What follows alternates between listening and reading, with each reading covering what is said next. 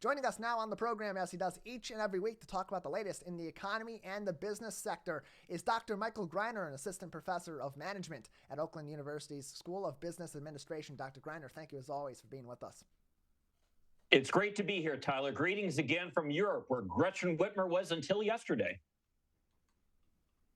Yes, Gretchen Whitmer ending her European tour and heading back to Michigan yesterday. She's been there for quite a while, for a few weeks on the summit, trying to build new relationships with businesses in Europe. And some good news that we actually talked about earlier on this week on the Megacast, a European company that focuses in research and development into electric vehicle production. It's on its way to Oakland County, bringing with it a multi-million-dollar facility coming to our local area and over 200 or about 200 jobs. I think it was 198 jobs on its way. So tell us about that partnership and what that means for the automotive community here in Oakland County and southeastern Michigan.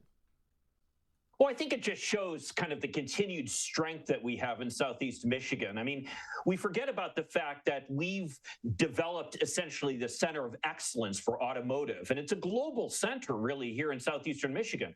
And where you hear about companies establishing manufacturing facilities maybe in other states or other countries, the thing that you see repeatedly is that they want to establish their research and development facilities here in Michigan. And we've got the expertise here. We've got the universities that are training graduates who are skilled in the kind of talents that they'll need to be able to do this kind of research. And as a result, we are still a strong place that people want to come to when they want to do auto R&D.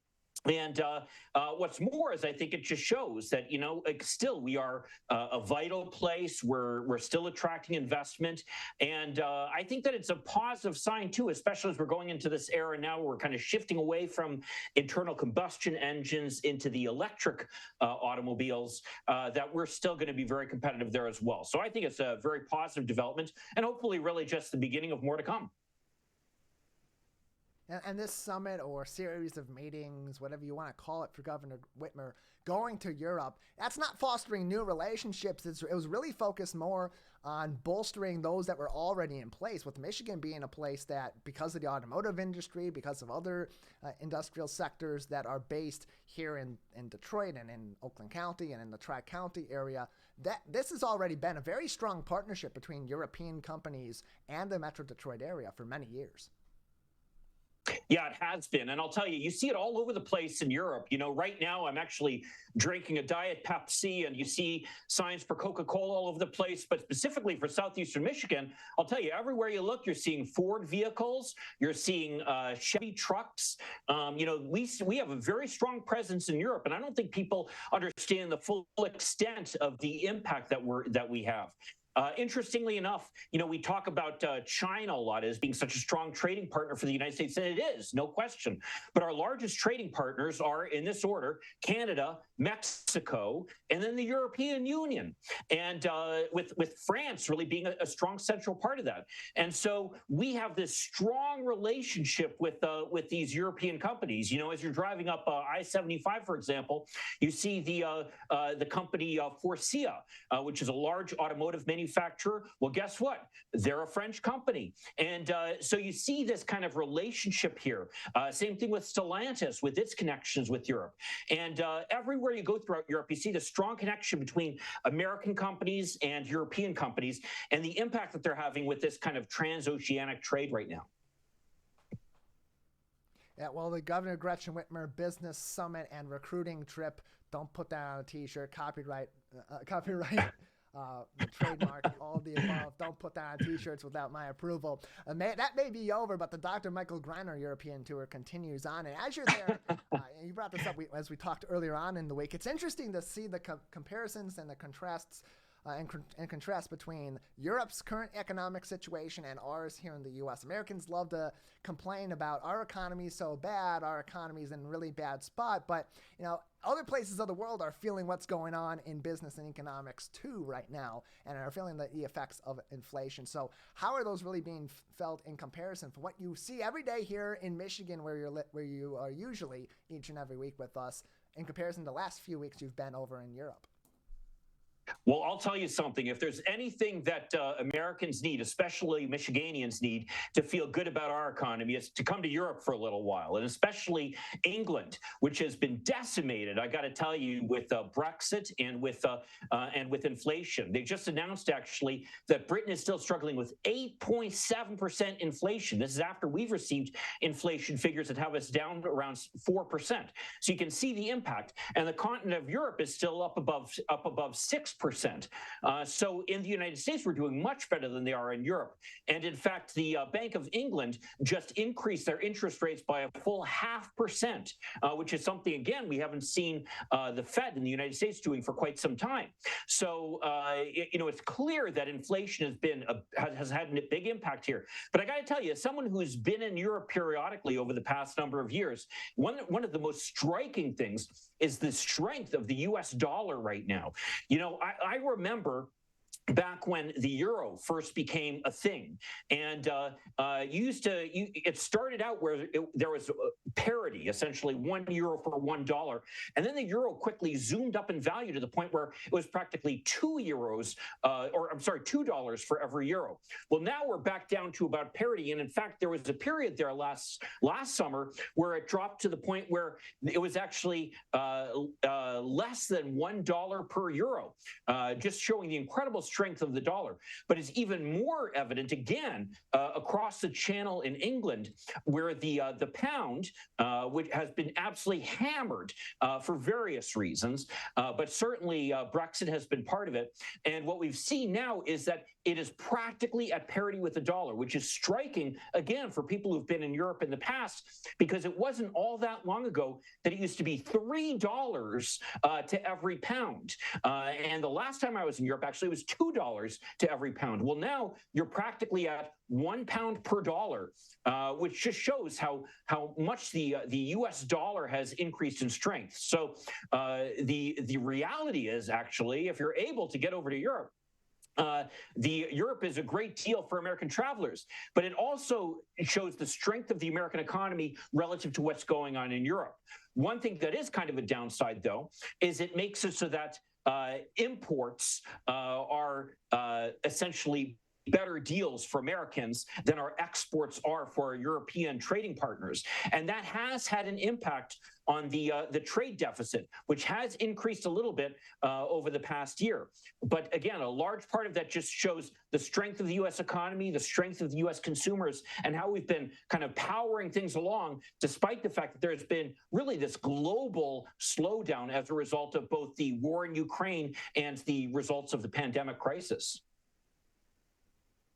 Joining us on the program today is Dr. Michael Greiner, an assistant professor of management at Oakland University's School of Business Administration. He joins us every single week to talk about the latest in economics and the business community and news here in Michigan and all throughout the U.S. and around the world. You can find those segments all on demand, civiccentertv.com/megacast each and every day. Dr. Greiner, something that's been being looked at from the federal government side, particularly from the executive branch and President Joe Biden, has been additional fees that are being incurred for credit cards and for purchases of particularly concert tickets and fees that are associated with that. Something that President Biden brought up earlier on in the year, particularly as people were looking to get tickets early on in the Taylor Swift Eras tour as that began. And now it's really being something that he's honing in on and trying to put new regulations in place to cut some of those hidden fees out. What's being done on that front, especially now as we're in summer and people in Michigan are looking to go to concerts all throughout the state?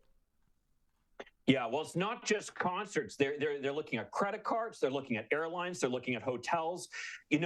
We're so used to paying these junk fees in the United States that we almost forget about how much of our income is being eaten up by them. I bought some tickets not too long ago to see the Beach Boys when they're coming to Oakland University, actually. And I couldn't believe it. After I paid through Ticketmaster, the actual cost of the ticket was almost double what was advertised as being the cost of the ticket once they added in all the extra fees. And this is something where everything was being done online. They weren't sending me a physical ticket. Excuse me. Everything was paid for by credit card. So it's not like they were incurring extra costs. It's just that they've gotten so used to adding on all these fees, and American consumers have gotten so used to just paying them that we forget about them.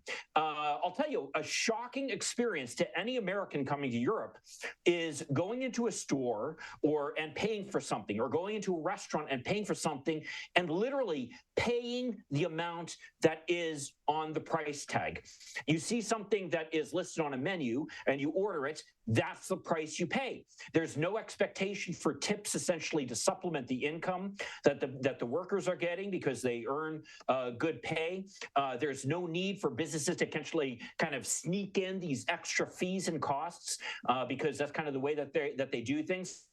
And in fact, for that matter, even with taxes, the taxes are included on the front end. So you don't have to kind of add that tax on at the end that we're so used to doing in the United States. And when you leave Europe, you actually get back any taxes that you paid on that. So it ends up being an even better deal for Americans. So it really is shocking kind of the contrast that we got where we've gotten so used to these costs. Well, we've seen where President Biden has talked about trying to attack some of these fees because, we don't even realize it just kind of eats up things. And it's almost silent inflation that we don't feel, where they decrease the size of the box slightly. You may be paying the same amount, but per amount that you're getting less per dollar. And certainly fees are one way that they also kind of eat into the amount of money that is available to us. We see it with airlines, we see it with credit cards, we see it with concert tickets. And I think that American consumers are getting tired of it, and that's why you're starting to see the politicians respond to it. And just how much of an effect do these fees tend to have on the average consumer when they're buying concert tickets, when they're buying airline tickets? I mean, if it's so big of an issue that's being looked at by the president, that's being looked at by our representatives and our senators in Congress, it's got to be pretty significant on the average consumer.